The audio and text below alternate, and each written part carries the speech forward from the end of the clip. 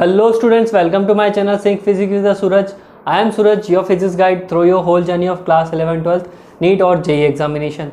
So today's video we will discuss about the skidding of a vehicle on a level road और on a banked road. दोनों ही conditions के लिए हम क्या निकालने वाले हैं, उसके एक्सप्रेशन निकालने वाले हैं, वेलोसिटी के या फिर स्किडिंग कैसे होती, कैसे बचा जा सकता है उसके लिए. ठीक है, तो वीडियो को शुरू करते हैं without any further delay. So when a vehicle takes a turn on a circular path, it requires a centripetal force.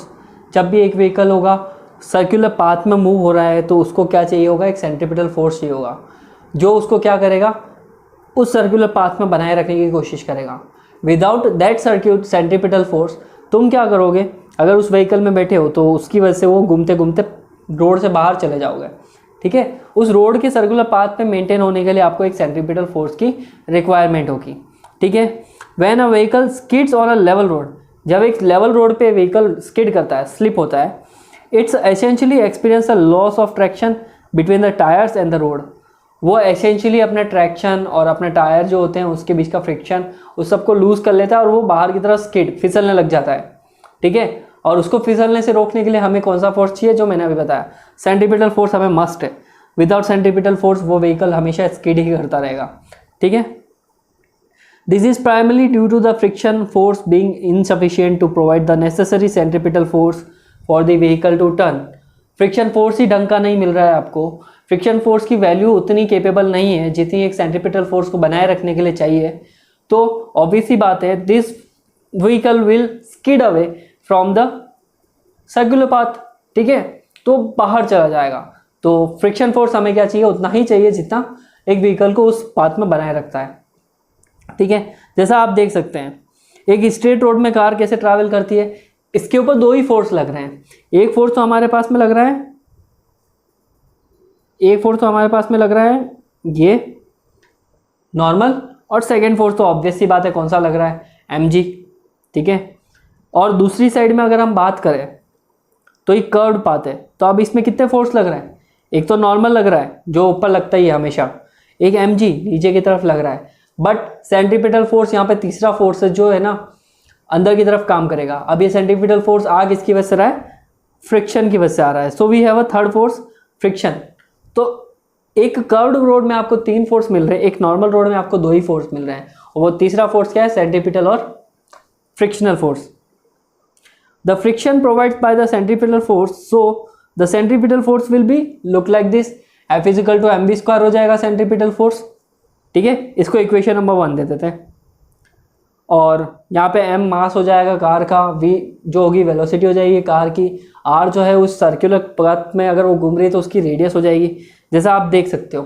ठीक है, तो यहाँ पे सेंट्रीपिटल फोर्स का formula mv square upon r हो गया. इसको इक्वेशन नंबर हम 1 दे देते हैं. फिर तुम्हें पता है ना मैक्सिमम फ्रिक्शन चाहिए होगा मुझे इस सेंट्रीपिटल फोर्स को मेंटेन करने के लिए. So we already know about that friction is equal और less than to normal force. ऐसा क्यों होता है, नॉर्मल फोर्स से ज़्यादा कम क्यों होता है हमेशा, ये इक्वल हो सकता है, देखो इक्वल हो सकता है और उससे कम होगा, लेकिन फ्रिक्शन फोर्स नॉर्मल फोर्स से ज़्यादा क्यों नहीं होगा, why, what is the reason behind this. एक सिंपल सी चीज़ है, देखो अगर फ्रिक्शन फोर्स नॉर्मल से ज़्यादा हो गया, ठीक है, तो वो नॉर्मल की वजह से वो गाड़ी कभी भी आगे मूव नहीं कर पाएगी. क्यों, फ्रिक्शन बहुत ज़्यादा है ना, उसका नॉर्मल फ्रिक्शन से बहुत कम हो गया, तो उसकी वजह से वो है यहीं पे ठप पड़ी रहेगी. तो हमें क्या चाहिए, फ्रिक्शन हमेशा less than to the normal चाहिए. तो हमारे पास में आ गया friction force is equal to less than और इक्वल टू म्यू एन. ठीक है, और हमारे पास में म्यू क्या है, फ्रिक्शन कोएफिशिएंट है, एन क्या है सबको पता है, नॉर्मल फोर्स का value, N is equal to M G. ठीक है, N is equal to M G होता है हमारे पास में.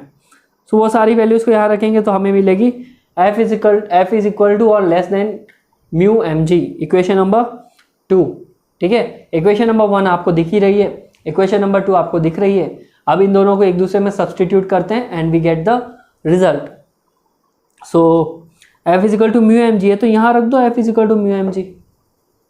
या फिर एक काम कर सकते हैं, हम f की जगह पे M we square upon R भी रख सकते हैं. सो कंबाइनिंग दिस इक्वेशन हम f की जगह पे M we square upon R रख देते हैं. यहाँ पे f की जगह पे वैल्यू आ गई mv²/r। अब अगर ढंग से देखा जाए, इस तरफ भी m है, इस तरफ भी m है, m to m cancel out, v denominator में मल्टीप्लाई हो जाएगा म्यू जी से, सो v² will be v² less than equal to mu R G हो जाएगा, और v² स्क्वायर हटा देंगे तो ये क्या हो जाएगा, under root mu R G. तो ये आपके पास में एक स्पीड आ गई। ठीक है, ये स्पीड क्या एक्सप्रेस करती है, ये एक्सप्रेस करती है मैक्सिमम स्पीड जो व्हीकल को सेफली उसमें पाथ में बनाए रखेगी। ठीक है, किसी भी व्हीकल की अगर मैक्सिमम स्पीड इस वाली स्पीड से ज़्यादा हो जाती है तो वो क्या करेगा, सर्कुलर पाथ से स्किड करके बाहर चला जाएगा। तो आपको कोई भी ट्रैक हो, उसकी अगर रेडियस पता है, आपको ग्रेविटेशनल एक्सेलरेशन तो पता ही है ना जी, वो तो पता ही है, कोफिशिएंट ऑफ फ्रिक्शन भी अगर पता हो तो हम आराम से स्पीड ऑफ व्हीकल निकाल सकते हैं, जिसके थ्रू वो इसके स्किड नहीं कर पाएगा। हमें एक लिमिट मिल जाएगी कि इससे ज़्यादा तेज़ नहीं चलानी है, अदरवाइज हम इस रोड से स्किड हो जाएंगे। ठीक है, तो ये वो स्पीड है, इंपॉर्टेंट फॉर्मूला है। ठीक है, ध्यान रखना। चलो, this is the maximum speed of a vehicle can safely negotiate a curved road without the skidding. Safely इस स्पीड में आप मेंटेन करके चल सकते हो। और ये डेरिवेशन था लेवल रोड के लिए। If the road is banked the angles becomes more complex. इसमें एंगल तो थे भी नहीं, लेकिन जैसे बैंक्ड एंगल की बात हो जाएगी तो वहाँ पे हमारे एंगल मेंशन करने पड़ेंगे हमें। ठीक है, तो चलो बैंक्ड एंगल के लिए भी देख लेते हैं। So skidding of a vehicle for the banked angle. So for getting the centripetal force, cyclist bend towards the center of the circle path but it is not possible in case of the 4 vehicles। देखो, अगर एक bicycle वाला है, उसको अगर skidding से बचना है तो वो थोड़ा सा झुक जाएगा, जिससे क्या होगा, वो बाहर जाने से बच जाएगा। लेकिन कार के केस में क्या होगा, कार तो ऐसे झुक नहीं सकती। तो उन चीज़ों के लिए क्या होता है, कार हो गया, ट्रक हो गया, फिर जो भी चीज़ें हो गई, 4 व्हीलर हो गए, इनके लिए क्या बनाया जाता है, एंगल बनाया जाता है। रोड को बाहर की तरफ से थोड़ा सा इंक्रीज किया जाता है, एंगल उठाया जाता है, जिसकी वजह से वो है ना, रोड क्या करता है, बैंक्ड हो जाता है, जिससे हमें एक सेंट्रीपिटल फोर्स मिलता है। And by that centripetal force we can easily make the circular turn without worrying about the velocity, maximum velocity. ठीक है, outer part of the road is raised so that a vehicle moving on its gets automatically inclined toward the centre. Vehicle automatic झुक जाता है और इसी को बोलते हैं हम बैंक्ड रोड। और क्या पॉइंट है, it allowing vehicles to negotiate curves at a higher speed without relying safety on friction. Friction पे रिलाई नहीं करना पड़ेगा, क्योंकि जब सेंट्रीपिटल फोर्स होगा तो सेंट्रीफ्यूगल भी आएगा ना। जैसे ही तुमने एंगल उठाया है, तो जैसे ही तुम उस एंगल को, लेवल को अगर थोड़ा सा भी उठाओगे तो इसकी वजह से एक फोर्स प्रोवाइड होगा जो बाहर की तरफ जाने की कोशिश करेगा। लेकिन लेवल उठा हुआ है तो वो व्हीकल कैसे बाहर जा पाएगा। ठीक है, इसका यहाँ पे यूज़ होता है। चलो हम 1 बाय 1 करके इसके डायग्राम को समझने की कोशिश करते हैं। जैसा आपको कलरफुल नोट्स दिख रहे हैं, तो प्लीज़ इन कलरफुल नोट्स को डाउनलोड कीजिए, टेलीग्राम चैनल को ज्वाइन कीजिए फटाफट, और सब्सक्राइब कीजिए मेरे चैनल को। चलो आगे देखते हैं। Let me add a page here.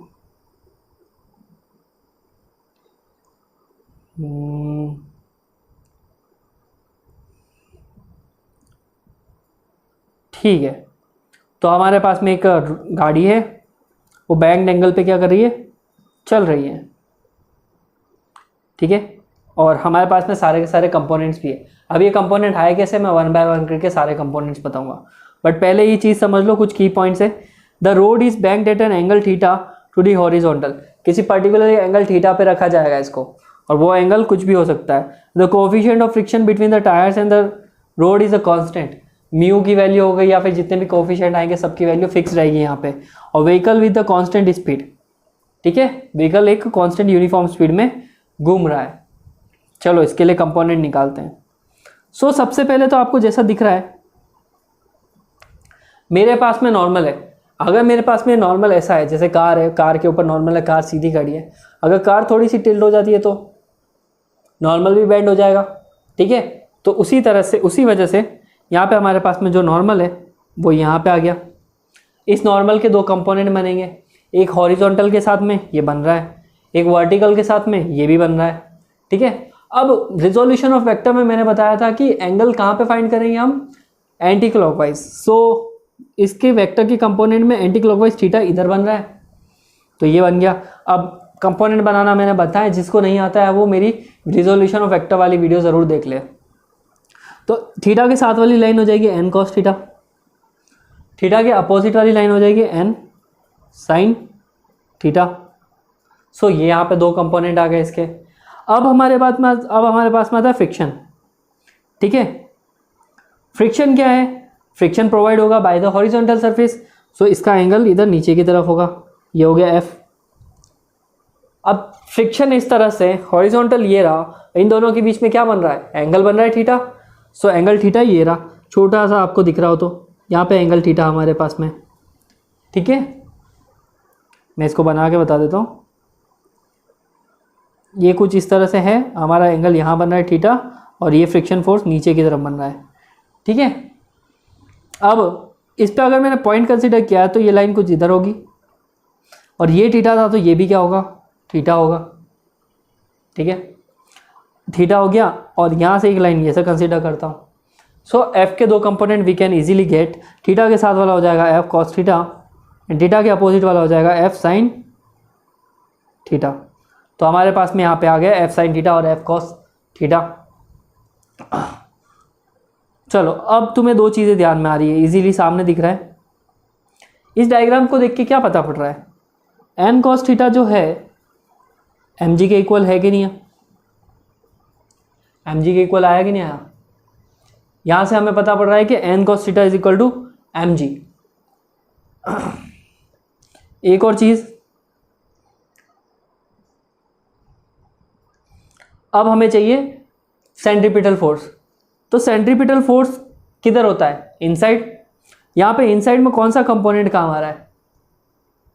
N sine theta. सो हमारे पास में एन साइन थीटा इनसाइड आ रहा है, which is equal to centripetal force M we square upon r.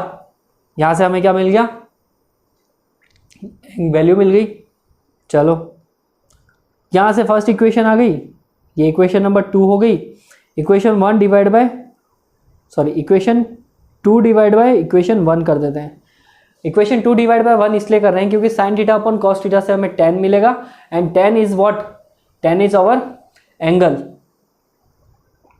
तो ये हो जाएगा n sine theta upon n cos theta equal to M we square upon R upon M G. ठीक है, सो यहाँ से n से n कट हो गया, तो sign theta upon ten cos theta, तो tan थीटा हो जाएगा। ये हो जाएगा एम वी स्क्वायर, जी ऊपर आ जाएगा, सो आर जी हो जाएगा। ठीक है, ये कुछ इस तरह से हमारे पास में tan आ गया। सो यहाँ से आप क्या निकाल सकते हैं? वो निकाल सकते हैं। Oh sorry, I made a mistake, m से m भी कैंसल आउट हो गया, तो वी स्क्वायर अपॉन आर जी। यहाँ से आप एंगल निकाल सकते हैं। कितना एंगल हमें चाहिए होगा to make a banked angle? Banked road बनाने के लिए रेडियस, वेलोसिटी और सब कुछ पता हो तो। और हम यहाँ से वेलोसिटी भी निकाल सकते हैं। देखो, आर जी tan थीटा हो गया, और वेलोसिटी स्क्वायर है, और स्क्वायर को अगर मैं रिमूव करता हूँ तो ये वेलोसिटी मिल गई मुझे R G tan theta. So skidding of a banked angle भी हमने निकाल दिया, और उसकी वेलोसिटी भी इजीली यहाँ पे निकाल दी। ठीक है, कोई डाउट तो नहीं इसमें? चलो, सो ये नोट्स है इसके, ये देखो, ये हमने निकाला है tan theta is equal to V square upon are G. वहीं से वेलोसिटी भी निकाली जा सकती है। और अगर आप v is equal to R omega में मानते हैं तो ये हो जाएगा v is equal to tan theta is equal to V square upon are G, right? So we can put v is equal to r omega. So it will be look like this, r square omega square by rg, and r to r square cut will हो जाएगा, तो r omega square upon rg tan theta के बराबर आएगा। तो हमें एक formula और मिल जाता है जब ओमेगा दे रखा हो, एंगुलर वेलोसिटी। ठीक है, तो इस तरह से हम यहाँ पे निकाल सकते हैं। ये फ्रिक्शन फोर्स है, यहाँ पे फ्रिक्शन फोर्स अवेलेबल नहीं है। ठीक है, ध्यान रखना। इस पूरे डेरिवेशन में मैंने कहीं पे फ्रिक्शन फोर्स यूज़ नहीं किया है। बैंक्ड वाले में, पहले वाले में तो किया था, यहाँ पे यूज़ नहीं किया है। सो विदाउट फ्रिक्शन फोर्स हम यहाँ पे आराम से निकाल सकते हैं। और देखो, वो बैंक्ड एंगल ऐसे बना रहा था, हॉरिजॉन्टल ऐसे था, तो ये परपेंडिकुलर हो जाएगा। So this one is a hypotenuse, this one is a base, this one is a perpendicular. और एंगल कहाँ बन रहा है? यहाँ बन रहा है, इनके बीच में बन रहा है एंगल। तो यहाँ पे एंगल बन रहा है। एक्स हम मान लेते हैं हमारे पास में हॉरिजॉन्टल बेस, हाइपोटेनस उसकी लेंथ हो जाएगी, रोड की जो लेंथ है उसको एल ले लिया और हाइट को क्या ले लिया, एच ले लिया। तो टेन थीटा क्या होता है हमारे पास में, क्या होता है, टेन थीटा होता है हमारे पास में perpendicular upon base. So perpendicular तो हमारे पास में है, देखो इसके साथ परपेंडिकुलर इसकी हाइट होगी ना यहाँ से यहाँ तक, सो हाइट ले ली, बेस क्या होगा एक्स, तो एच अपॉन एक्स। और अगर थीटा काफ़ी ज़्यादा छोटा है तो we can easily say X is nearly equals to L. जब चीज़ें ज़्यादा ही छोटी हो, ये देखो अभी है ना मैंने इतना एंगल छोटा कर रखा है, क्या दोनों की लंबाई सेम है ना, दोनों की लंबाई लगभग सेम है। तो इस केस में X is proportional to sorry X is nearly equals to L हो सकता है। सो एच अपॉन एल भी हम यहाँ पे लिख सकते हैं। ये हमारा कुछ फॉर्मूला आ गया, किसके लिए आया फॉर्मूला, एंगल के लिए आया है। और अगर फ्रिक्शन अवेलेबल है, और फ्रिक्शन अवेलेबल है तो मुझे क्या ऐड करना पड़ेगा, देखो M we square upon R किसके इक्वल था, एफ के, एम जी साइन थीटा। देखो तुम्हें ये इक्वेशन नंबर 2 दिख रही है, N sine theta is equal to M we square upon R. ये नॉर्मल है, इसमें कोई फ्रिक्शन नहीं है, लेकिन अगर फ्रिक्शन होता तो मैं यहाँ पे क्या ऐड कर लूँ, फ्रिक्शन ऐड कर लूँ, F plus N sine theta is equal to M we square upon R. So we can write it as this, F वैसे मेन फॉर्मूला तो ये है, F plus N sine theta equal to M we square upon R. ये friction add हो गया इसमें, N की जगह पे एम जी आ गया, sine theta as it is, M we square as it is, और एफ क्या है हमारे पास में, ऐड है हमारे पास में extra. So F is less than और इक्वल टू म्यू एन, और मैं म्यू एन रख सकता हूँ। सो एन की जगह पे देखो फ्रिक्शन किस डायरेक्शन में आएगा, कॉस थीटा की वजह से आएगा या फिर साइन थीटा की वजह से आएगा, फ्रिक्शन गाड़ी के वेट की वजह से आएगा, ठीक है, एन कॉस थीटा, ठीक है। और एन कॉस थीटा यहाँ पे निकाला था मैंने, वेट अ सेकेंड, हाँ एन कॉस थीटा दिख रहा है आपको, फ्रिक्शन इसकी वजह से होगा क्योंकि वेट की वजह से आ रहा है। तो हम यहाँ पे रख देते हैं एन की जगह पे आ जाएगा M N cos theta, sorry यहाँ पे लिखा नहीं है, एन कॉस थीटा, और F is less than equal to mu N cos theta, N की जगह पे एम जी आ जाएगा। इक्वेशन नंबर 1 और 2, आपको इक्वेशन नंबर 1 दिख रही है, ये रही, F plus M G sine theta is equal to M square upon R, और दूसरी इक्वेशन क्या है, F is equal to mu M G cos theta. तो इक्वेशन नंबर 1 और 2 को कंबाइन किया जाए तो एफ की जगह पे मैं ये रख सकता हूँ सीधा, एफ की जगह पे जब आप ये रख सकते हो तो ये कुछ इस तरह से आ जाएगा, mu M G cos theta plus mu M G sine theta, sorry mu M G cos theta plus mu, sorry यार I made a mistake, mu M G cos theta plus M G sine theta equal to M we square upon r. तो हमारे पास में यहाँ से ये आया। अब इसमें से जो कॉमन आ रहा है वो टर्म्स को बाहर निकाल देते हैं। So we have a common M G, तो एम जी बाहर आ गया, ब्रैकेट में मिलेगा mu cos theta plus sine theta equal to M we square upon R. M से एम कट हो जाएगा, ठीक है, एम से एम कट हो गया। अब हमें वेलोसिटी निकालनी है तो आर को क्रॉस मल्टीप्लाई कर देंगे तो R G, R cross multiply हो जाएगा इधर, आर जी ब्रैकेट के अंदर mu cos theta sine theta, ठीक है, और अंडर रूट लग जाएगा तो उसके पास में हमारे पास में पूरी मैग्नीट्यूड मिल जाएगी ऑफ द वेलोसिटी, ठीक है। तो ये वेलोसिटी आ गई। बैंकिंग एंगल पे वेलोसिटी अगर फ्रिक्शन दिया हुआ हो तो आप इस तरह से निकाल सकते हैं और इसका यूज़ करके आप न्यूमेरिकल्स और डेरिवेशंस को इजीली कर सकते हैं, ठीक है। चलो आज की इस वीडियो में इतना ही, और मिलते हैं नेक्स्ट वीडियो में। और आपको कलरफुल नोट्स जैसा कि आपको दिख रहे हैं डाउनलोड करने तो टेलीग्राम चैनल पे जाइए, और वीडियो यहाँ तक देखिए तो लाइक शेयर और सब्सक्राइब ज़रूर कीजिए। शेयर कीजिए उन दोस्तों के साथ में जो नीट और IIT JEE की तैयारी कर रहे हैं। मिलते हैं नेक्स्ट वीडियो में। ओके चलो बाय बाय, टेक केयर।